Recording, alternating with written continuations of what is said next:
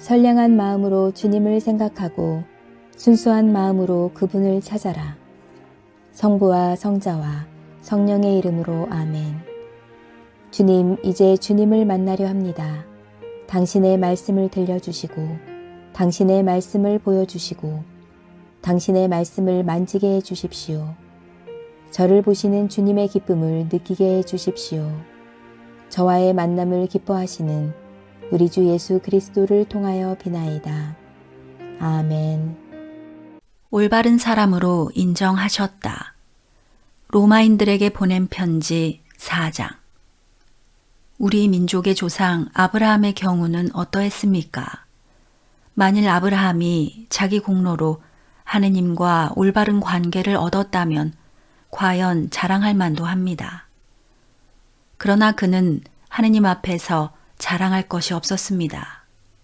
성서에 아브라함은 하느님을 믿었고 하느님께서는 그의 믿음을 보시고 그를 올바른 사람으로 인정해 주셨다 하지 않았습니까? 공로가 있는 사람이 받는 보수는 자기가 마땅히 받을 품삯을 받는 것이지 결코 선물로 받는 것은 아닙니다. 그러나 아무 공로가 없는 사람이라도 하느님을 믿으면 믿음을 통해서 하느님과 올바른 관계를 얻게 됩니다. 하느님께서는 비록 죄인일지라도 올바른 사람으로 인정하실 수 있는 분이십니다. 그래서 다윗도 선행과는 관계없이 하느님께로부터 올바른 사람으로 인정받은 사람의 행복을 이렇게 읊었습니다. 하느님께서 잘못을 용서해 주시고 죄를 덮어주신 사람들은 행복하다. 주께서 죄 없다고 인정해 주시는 사람도 행복하다. 이러한 행복은 할례를 받은 사람만이 누리는 것입니까? 그렇지 않으면 할례를 받지 않은 사람도 누리는 것입니까?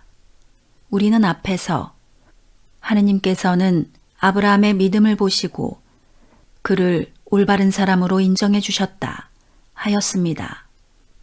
언제 그렇게 되었습니까? 그가 할례를 받은 후입니까? 받기 전입니까? 할례를 받은 후가 아니라 받기 전의 일입니다. 아브라함은 할례를 받기 전에 믿음을 통해서 하느님과 올바른 관계를 가지게 되었습니다. 그 뒤 그것을 확인하는 표로 그는 할례를 받았던 것입니다. 이리하여 할례를 받지 않고도 믿음으로써 올바른 사람이라고 인정받은 모든 사람의 조상이 되었습니다. 또 아브라함은 할례 받은 사람의 조상이기도 합니다. 여기서 할례 받은 사람들이란 그저 할례를 받는데 그치지 않고 우리 조상 아브라함이 할례 받기 전에 보여준 믿음을 본받아 사는 사람들을 가리킵니다. 하느님께서는 아브라함과 그의 후손들에게 세상을 물려주겠다고 약속하셨는데 그것은 아브라함이 율법을 지켰다 해서가 아니라 하느님께서 그의 믿음을 보시고 그를 올바른 사람으로 인정하셨기 때문에 하신 약속이었습니다. 만일 율법을 지키는 사람들만이 상속자가 될 수 있다면 믿음은 무의미하게 되고 그 약속은 무효가 됩니다. 법이 없으면 법을 어기는 일도 없게 됩니다. 법이 있으면 법을 어기게 되어 하느님의 진노를 사게 마련입니다. 그러므로 하느님께서는 사람의 믿음을 보시고 그를 상속자로 삼으십니다. 이렇게 하느님께서는 은총을 베푸시며 율법을 지키는 사람들에게만 아니라 아브라함의 믿음을 따르는 사람들에게까지 곧 아브라함의 모든 후손들에게 그 약속을 보장해 주십니다. 아브라함은 우리 모두의 조상입니다. 성서에 내가 너를 만민의 조상으로 삼았다 하지 않았습니까? 그는 죽은 자를 살리시고 없는 것을 있게 만드시는 하느님을 믿었던 것입니다. 아브라함은 절망 속에서도 희망을 잃지 않고 믿어서 마침내 너의 자손은 저렇게 번성하리라 하신 말씀대로 만민의 조상이 되었습니다. 그의 나이가 100세에 가까워서 이미 죽은 사람이나 다름없이 되었고 또 그의 아내 사라의 몸에서도 이제는 아기를 바랄 수 없다는 것을 알았지만 그는 믿음을 가지고 희망을 잃지 않았습니다. 그는 끝내 하느님의 약속을 믿고 의심하지 않았을 뿐만 아니라 더욱 굳게 믿으며 하느님을 찬양하였습니다.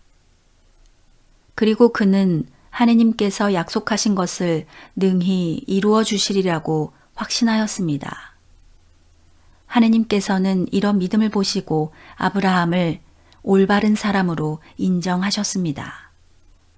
올바른 사람으로 인정하셨다 하는 말씀은 비단 아브라함만을 두고 하신 것이 아니라 우리를 두고 하시는 말씀이기도 합니다. 곧 우리 주 예수를 죽은 자들 가운데서 다시 살리신 분을 믿는 우리들까지도 올바른 사람으로 인정해 주신다는 말씀입니다. 예수는 우리의 죄 때문에 죽으셨다가 우리를 하느님과 올바른 관계에 놓아주시기 위해서 다시 살아나신 분이십니다. 로마인들에게 보낸 편지 5장. 이렇게 우리는 믿음으로 말미암아 하느님과 올바른 관계를 가졌으므로 우리 주 예수 그리스도를 통해서 하느님과 평화를 누리게 되었습니다. 우리는 그리스도를 믿음으로써 지금의 이 은총을 누리게 되었고 또 하느님의 영광에 참여할 희망을 안고 기뻐하고 있습니다. 그뿐만 아니라 우리는 고통을 당하면서도 기뻐합니다. 고통은 인내를 낳고 인내는 시련을 이겨내는 끈기를 낳고 그러한 끈기는 희망을 낳는다는 것을 우리는 알고 있습니다. 이 희망은 우리를 실망시키지 않습니다. 우리가 받은 성령께서 우리의 마음속에 하느님의 사랑을 부어주셨기 때문입니다. 우리 죄 많은 사람들이 절망에 빠져 있을 때에 그리스도께서는 당신의 때가 이르러 우리를 구원하시려고 죽으셨습니다. 옳은 사람을 위해서 죽은 사람은 별로 없습니다. 혹 착한 사람을 위해서는 죽겠다고 나설 사람이 덜어 있을지 모릅니다. 그런데 그리스도께서는 우리 죄 많은 인간을 위해서 죽으셨습니다. 이리하여 하느님께서는 우리들에게 당신의 사랑을 확실히 보여주셨습니다.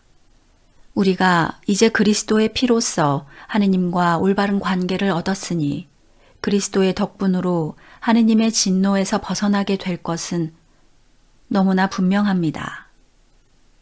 우리가 하느님의 원수였던 때에도 그 아들의 죽음으로 하느님과 화해하게 되었다면 하물며 그분과 화해가 이루어진 지금에 와서 우리가 살아계신 그리스도를 통해서 구원받으리라는 것은 더욱 확실한 일이 아니겠습니까?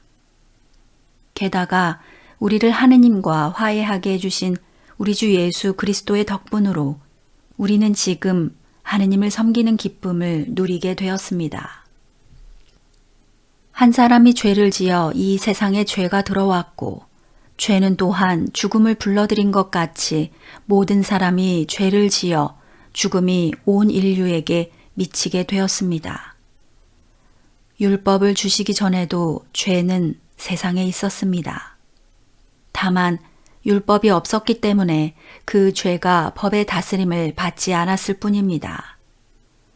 그러나 죽음은 아담으로부터 모세에 이르기까지 모든 사람을 지배하였는데 아담이 지은 것과 같은 죄를 짓지 않은 사람들까지도 그 지배를 받았습니다. 그런데 아담은 장차 오실 분의 원형이었습니다. 그러나 하느님께서 내리시는 은총의 경우와 아담이 지은 죄의 경우와는 전혀 비교가 되지 않습니다.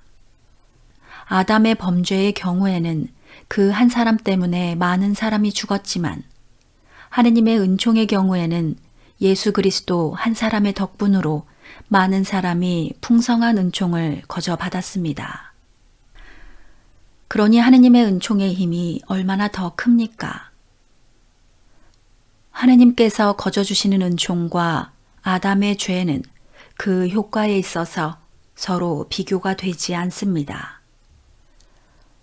아담의 경우에는 그 한 사람 때문에 모든 사람이 유죄 판결의 심판을 받게 되었지만 은총의 경우에는 죄 지은 많은 사람이 은총을 거저 입어 무죄 판결을 받았습니다.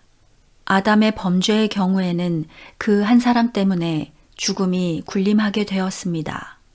그러나 은총의 경우에는 한 사람 예수 그리스도의 공로로 풍성한 은총을 입어 하느님과 올바른 관계를 거저 얻은 사람들이 생명의 나라에서 왕노릇 할 것입니다. 그러니 하느님의 은총의 힘이 얼마나 더 큽니까? 그러므로 한 사람이 죄를 지어 모든 사람이 유죄 판결을 받은 것과는 달리 한 사람의 올바른 행위로 모든 사람이 무죄 판결을 받고 길이 살게 되었습니다. 한 사람의 불순종으로 많은 사람이 죄인이 된 것과는 달리 한 사람의 순종으로 많은 사람이 하느님과 올바른 관계를 가지게 될 것입니다. 법이 생겨서 범죄는 늘어났지만 죄가 많은 곳에는 은총도 풍성하게 내렸습니다. 그래서 죄는 세상에 군림하여 죽음을 가져다 주었지만 은총은 군림하여 우리 주 예수 그리스도로 말미암아 모든 사람을 하느님과 올바른 관계에 있게 하고 영원한 생명에 이르게 합니다. 로마인들에게 보낸 편지 6장. 그러면 은총을 풍성히 받기 위하여 계속해서 죄를 짓자고 말할 수 있겠습니까? 절대로 그럴 수 없습니다. 우리가 이미 죽어서 죄의 권세에서 벗어난 이상 어떻게 그대로 죄를 지으며 살 수 있겠습니까? 세례를 받고 그리스도 예수와 하나가 된 우리는 이미 예수와 함께 죽었다는 것을 모르십니까? 과연 우리는 세례를 받고 죽어서 그분과 함께 묻혔습니다. 그래서 그리스도께서 아버지의 영광스러운 능력으로 죽은 자들 가운데서 다시 살아나신 것처럼 우리도 새 생명을 얻어 살아가게 된 것입니다. 우리는 그리스도와 같이 죽어서 그분과 하나가 되었으니 그리스도와 같이 다시 살아나서 또한 그분과 하나가 될 것입니다. 예전에 우리는 그분과 함께 십자가에 못 박혀서 죄에 물든 육체는 죽어버리고 이제는 죄의 종살이에서 벗어나게 되었다는 것을 우리는 알고 있습니다. 이미 죽은 사람은 죄에서 해방된 것입니다. 우리가 그리스도와 함께 죽었으니 또한 그리스도와 함께 살리라고 믿습니다. 그것은 죽은 자들 가운데서 다시 살아나신 그리스도께서 다시는 죽는 일이 없어 죽음이 다시는 그분을 지배하지 못하리라는 것을 우리가 알고 있기 때문입니다. 그리스도께서는 단 한 번 죽으심으로써 죄의 권세를 꺾으셨고 다시 살아나셔서는 하느님을 위해서 살고 계십니다. 이와 같이 여러분도 그리스도 예수와 함께 죽어서 죄의 권세에서 벗어나 그와 함께 하느님을 위해서 살아야 한다고 생각하십시오. 그러므로 결국 죽어버릴 육체의 욕망에 굴복하지 마십시오. 그래야 죄의 지배를 받지 않을 것입니다. 또 여러분의 지체를 죄에 내맡겨 악의 도구가 되게 하는 일은 없어야 합니다. 오히려 여러분은 죽었다가 다시 살아난 사람으로서 여러분 자신을 하느님께 바치고 여러분의 지체가 하느님을 위한 정의의 도구로 쓰이게 하십시오. 여러분은 율법의 지배를 받는 것이 아니라 은총의 지배를 받고 있으므로 죄가 여러분을 지배할 수 없을 것입니다. 그렇다면 우리가 율법의 지배를 받지 않고 은총의 지배를 받고 있다고 해서 죄를 지어도 좋다는 말이겠습니까? 절대로 그럴 수 없습니다. 누구든지 자기 자신을 남에게 내맡겨서 복종하면 곧 자기가 복종하는 그 사람의 종이 된다는 것을 모르십니까? 죄의 종이 되어 죽는 사람도 있고 하느님께 순종하는 종이 되어 하느님과 올바른 관계를 가지게 되는 사람도 있다는 말입니다. 여러분이 전에는 죄의 종이었지만 이제는 진실한 가르침을 전해받고 그것에 성심껏 복종하게 되었으니 하느님께 감사할 일입니다. 그리고 여러분은 죄의 권세에서 벗어나서 이제는 정의의 종이 되었습니다. 여러분의 이해력이 미치지 못할까 하여 이렇게 인간사에 비추어 말하는 것입니다. 여러분이 전에는 온몸을 더러운 일과 불법의 종으로 내맡기어 불법을 일삼았지만 이제는 온몸을 정의의 종으로 바쳐 거룩한 사람이 되도록 힘써야 할 것입니다. 여러분이 죄의 종이었을 때는 여러분은 정의에 예속되지 않고 제멋대로 놀아났었습니다. 그때 여러분이 얻은 것이 무엇입니까? 지금 생각하면 부끄러운 일들밖에는 없지 않았습니까? 그런 생활은 결국 죽음을 안겨줍니다. 그러나 이제는 여러분이 죄에서 해방되어 하느님의 종이 되었습니다.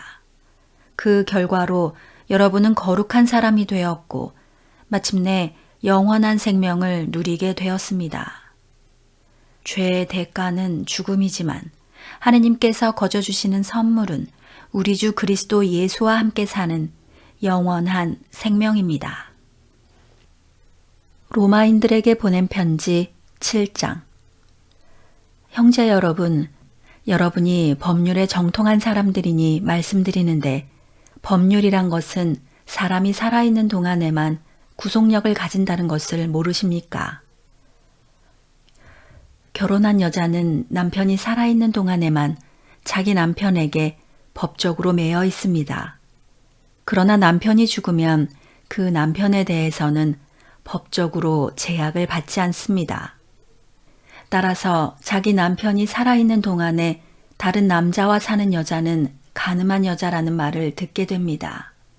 그러나 남편이 죽으면 여자는 그 법의 제약을 받지 않기 때문에 다른 남자와 결혼하더라도 간음하는 것이 아닙니다.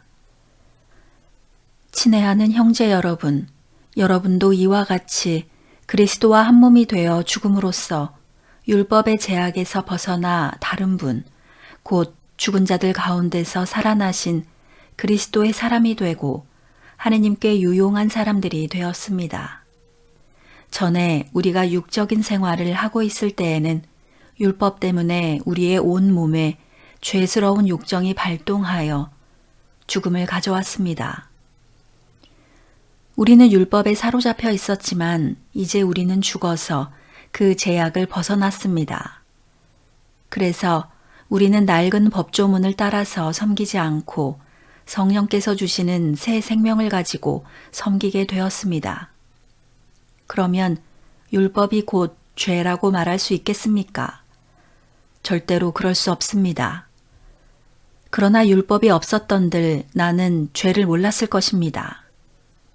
탐내지 말라는 율법이 없었더라면 탐욕이 죄라는 것을 나는 몰랐을 것입니다. 죄는 이 계명을 기화로 내 속에 온갖 탐욕을 일으켰습니다.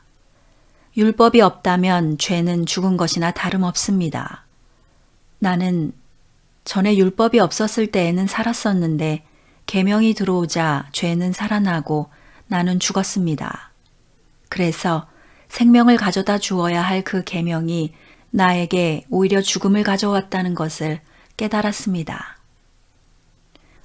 다시 말하면 죄가 계명을 기화로 나를 속이고 그 계명으로 나를 죽인 것입니다.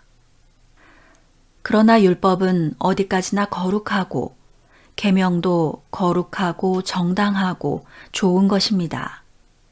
그러면 그 좋은 것이 나에게 죽음을 가져왔다는 말입니까? 절대로 그렇지 않습니다. 사실은 죄가 그 좋은 것을 매개로 해서 나에게 죽음을 가져왔습니다. 그래서 죄는 죄로 드러나게 되고 계명으로 말미암아 그 죄가 얼마나 악독한 것인지가 드러나게 되었습니다. 우리가 아는 대로 율법 자체는 영적인 것입니다.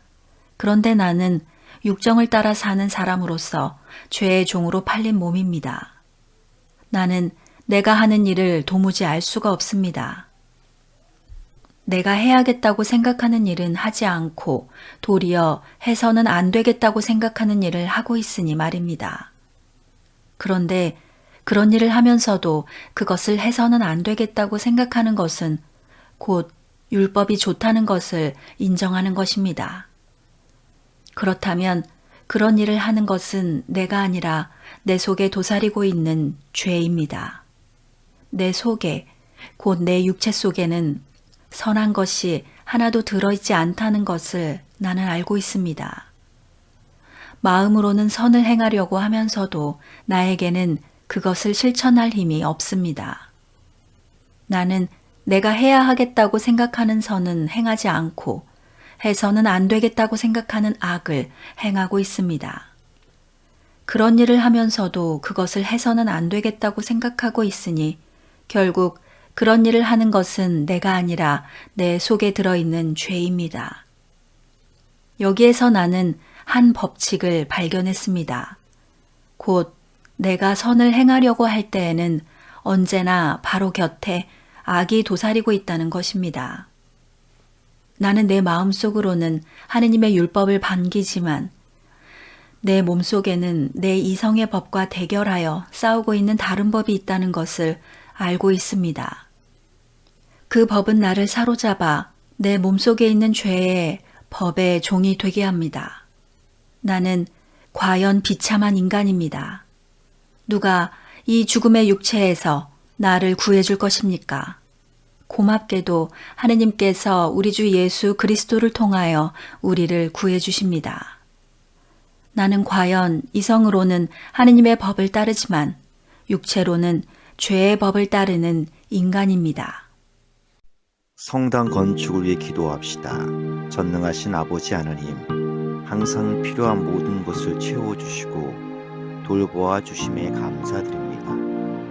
당신의 성전을 건축함에 있어 설계부터 완공에 이르기까지 순조롭게 하시고 모든 자재와 인력과 물질을 돌보시어 낭비하지 않게 하시어 아버지의 뜻에 합당한 성전이 봉헌되도록 인도하소서.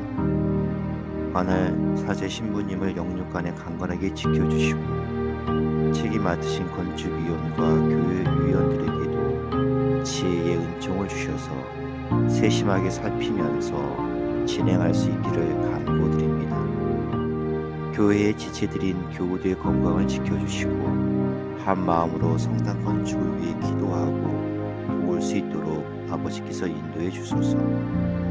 또한 우리가 조심의 마음으로 성공의 기본 양식을 되새기는 신앙으로 돌아가기를 기도합니다. 모든 교우들의 다양한 생각들을 하나로 합하여 주시어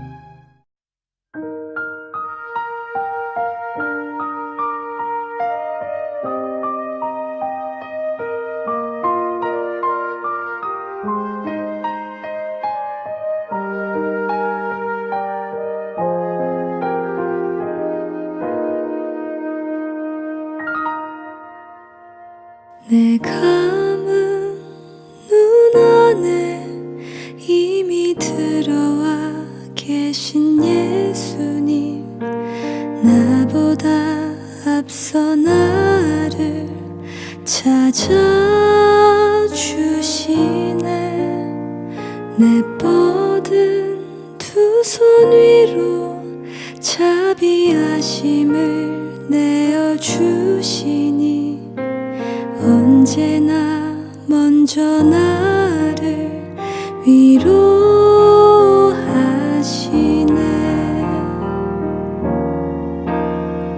내 노래 가운데 함께 즐거워하시는 늘 나의 기쁨이 되시네.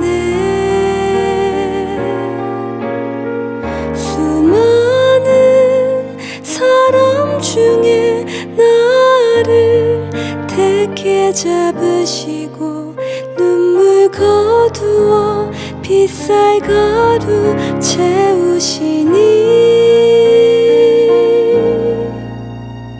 그분은 내 자랑 나의 기쁨 나의 노래 나의 전부 되시네.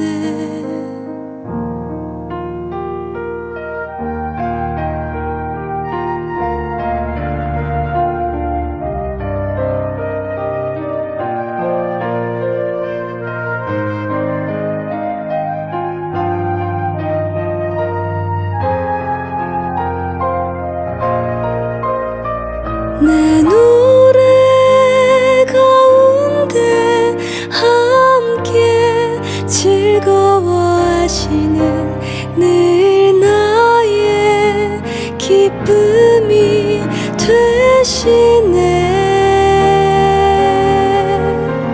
수많은 사람 중에 나를 택해 잡으시고 눈물 거두어 빗살가루 채우시니